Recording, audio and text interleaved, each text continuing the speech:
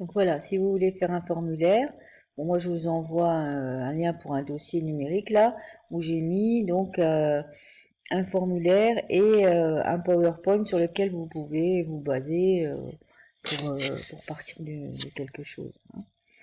Donc voilà, moi pour les formulaires, j'ai une petite technique là qui fonctionne relativement bien. Moi je pars d'un formulaire existant et je crée une copie.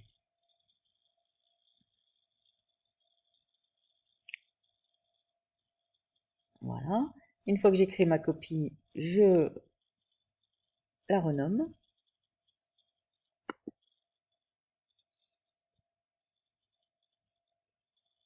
Où on veut, hein, on fait ce qu'on veut, tiens, ici. Voilà.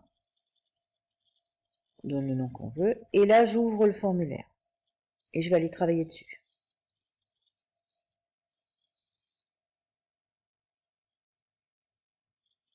Voilà. Donc, on change ce qu'on veut, hein. On change... ah, non. Qu'est-ce qui s'est passé? Je retourne parce que celui-là, normalement... Voilà. Pourquoi il m'a appelé copie? Voilà. Donc, il s'appelle bien ici. Ici, on peut changer le titre. Ça bug un peu parce qu'il y a plusieurs choses qui se font à la fois. Voilà.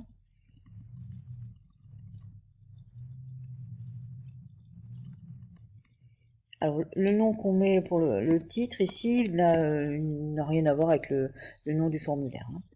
Voilà. Là, vous avez un certain nombre de, de questions ou de solutions possibles. Ici, voilà, c'est juste un titre avec la description du formulaire. Ici, les adresses email, ça se fait automatiquement. Le mieux, c'est de laisser comme ça. Et si moi, je laisse nom, prénom, classe, ça permet justement, si vous avez plusieurs classes, de différencier les uns des autres. Et voilà, ici, vous avez un exemple de ce qu'on peut faire.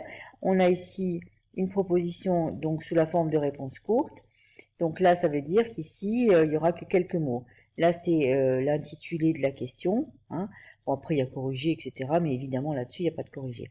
Vous pouvez ensuite choisir soit paragraphe si vous voulez que les élèves détaillent quelque chose.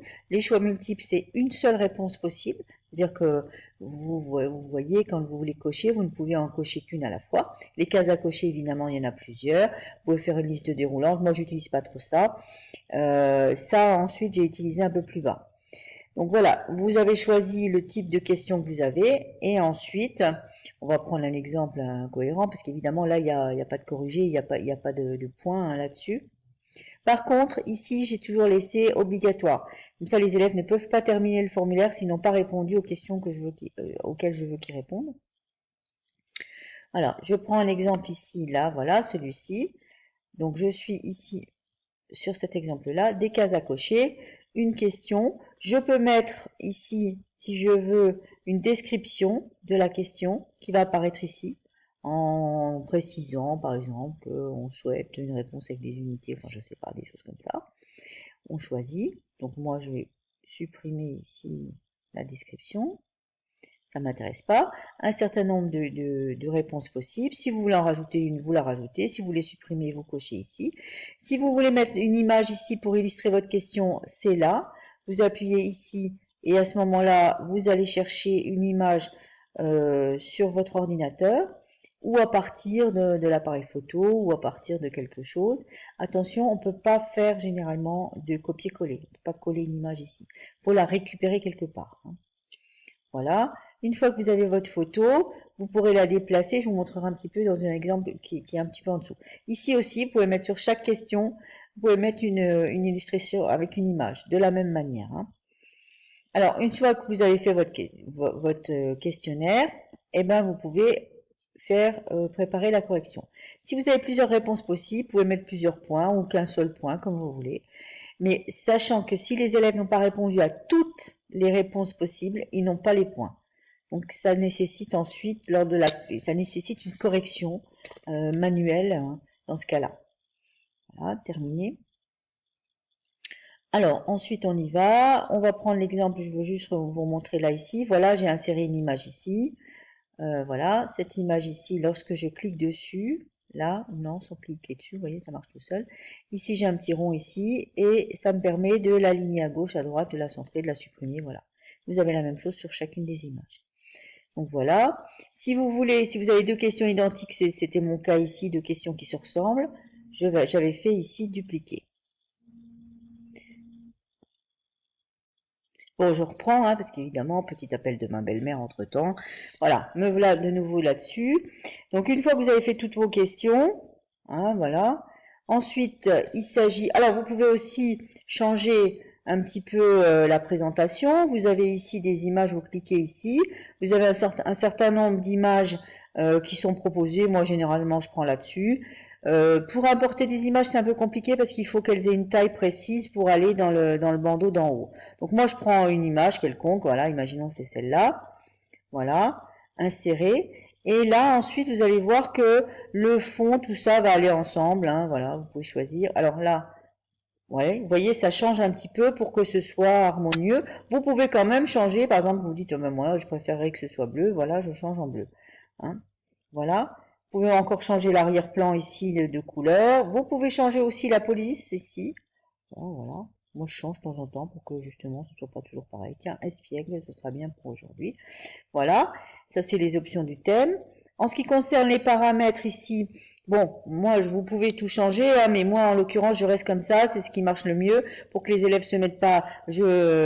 Parfois, pour qu'ils arrêtent de me faire 36 réponses pour avoir pour tenter quelles sont les meilleures réponses à donner. Des fois, je limite à une seule réponse. Ça veut dire que quand ils inscrivent leur adresse email, ils peuvent pas répondre deux fois. Mais voilà, je n'envoie pas de copie des réponses tout de suite parce que d'une part, des fois, il faut que je regarde un peu les réponses qu'ils ont mis, s'il y a plusieurs réponses par question, et puis d'autre part, sinon, ils copient les uns sur les autres. Bon, voilà, pour ce qui est de questionnaire, c'est pareil. Je ne publie plus la note immédiatement après parce que sinon ils ont les réponses possibles et ils copient encore une fois. Et puis des fois, je vous dis, il faut que je reprenne un petit peu le comptage manuel. Voilà. Donc enregistrer, voilà, en même temps j'ai rien changé. Donc là, ici, lorsque le questionnaire est fini, on peut encore regarder encore quelque chose. Au niveau des réponses, là ici, elle n'était plus acceptée parce que j'avais lancé quelque chose pour arrêter. Donc voilà, je remets en route. On peut ensuite, les réponses peuvent être enregistrées. Hein. Alors deux choses, vous pouvez recevoir une notification lorsque une réponse est ajoutée. Donc là, moi, je clique ici et je reçois un mail chaque fois qu'il y a une réponse qui est ajoutée. Ensuite, sélectionner la destination des réponses, c'est là où elles vont être enregistrées. Moi, souvent, je ne reprends pas une feuille de calcul, je prends une nouvelle feuille de calcul, et là, à ce moment-là, se crée une nouvelle feuille de calcul. Elle va se créer automatiquement. Et c'est une feuille type Excel dans laquelle on va avoir toutes les réponses, les dates, etc., tout ce qui concerne le questionnaire. Alors, encore autre chose à rajouter, on peut rajouter un module complémentaire, vous verrez, moi j'ai donc la forme notification, c'est ce que je viens de vous montrer tout à l'heure en cliquant là-dessus, et là je peux aussi lancer ce qu'on appelle le form limiter, c'est ce qui permet d'arrêter un formulaire à un instant donné, ou alors, je vais vous montrer, donc cette limite, la limite pour le form limiter, ça peut être soit un nombre de réponses, voilà, donc je vais vous montrer, hein, soit une date, soit un nombre, soit lorsqu'on a atteint une certaine valeur. Bon, moi, évidemment, je choisis ça, hein, donc vous choisissez la date à laquelle vous voulez arrêter. Hein, et vous pouvez changer la phrase qui est ici, là ici pour moi, normalement, ça dit que, bah, évidemment, ça s'arrêtera et que c'est moi qui ai décidé. Et ça m'envoie un email lorsque c'est fermé. Lorsque vous avez choisi tout ça, vous avez tout sélectionné, vous faites Save, Enable, et là, ça lance le limiteur. Voilà. Donc, qu'est-ce que je peux vous dire d'autre en plus? Ben, je pense que c'est tout. Là, voilà, je fais envoyer. Ici, vous pouvez soit envoyer des mails. Ici, voilà, objet, essai, moi je vous ai envoyé, vous pouvez remplir le formulaire. Ou alors, vous pouvez faire comme moi. Moi, je raccourcis l'URL, bon, je sais pas pourquoi, mais ça m'arrange. Et je fais copie, CTRL-C, et je mets mon lien sur mon Padlet. Vous pouvez aussi envoyer le lien par mon bureau numérique. Voilà. Bon, j'espère que j'ai été assez claire et qu'il n'y a plus d'autres choses à dire. De toute façon, s'il y a quoi que ce soit, vous avez qu'à m'envoyer un mail ou quelque chose. Voilà, à bientôt.